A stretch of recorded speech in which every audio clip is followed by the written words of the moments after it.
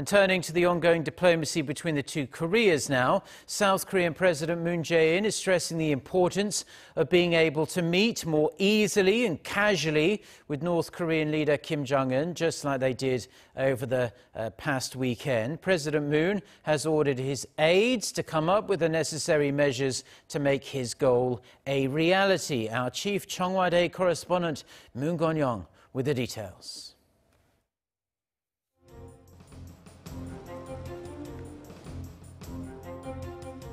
명장면 중에 하나가 10초 동안 깜짝 제대로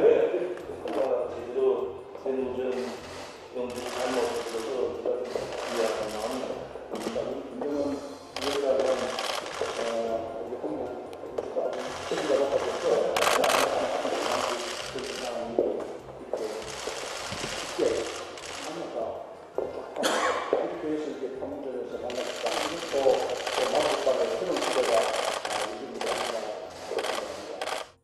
Once unimaginable. In fact, up until this past weekend, that is, this kind of a casual meeting is what the rest of us may witness more often in the future between leaders of two sides separated by the most heavily fortified border in the world, or is at least what South Korean President Moon Jae-in hopes for.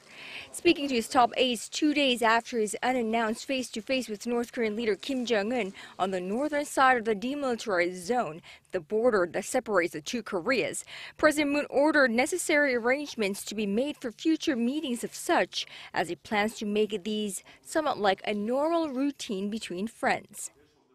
이번 남북 정상회담에서 무엇보다 의미가 컸던 것은 남북의 정상이 긴급한 현안을 논의하기 위해 번잡한 절차와 형식을 생략하고 일상적인 만남처럼 쉽게 연락하고 쉽게 약속하고 쉽게 만났다는 사실입니다. The South Korean president asked his aides to come up with measures, keeping in mind that similar instances could happen in the future to ensure that there are no gap in the line of military command, keeping National Security Council members on standby, making sure there are balanced on-spot media coverage, as well as notifying related countries before and after such meetings. 남북 간의 지난 판문점 회담이나 올해 가을에 예정되어 있는 평양 회담처럼 격식을 갖추어서 정기적인 회담을 갖는 것은 남북 관계 발전을 위해 매우 중요한 일입니다.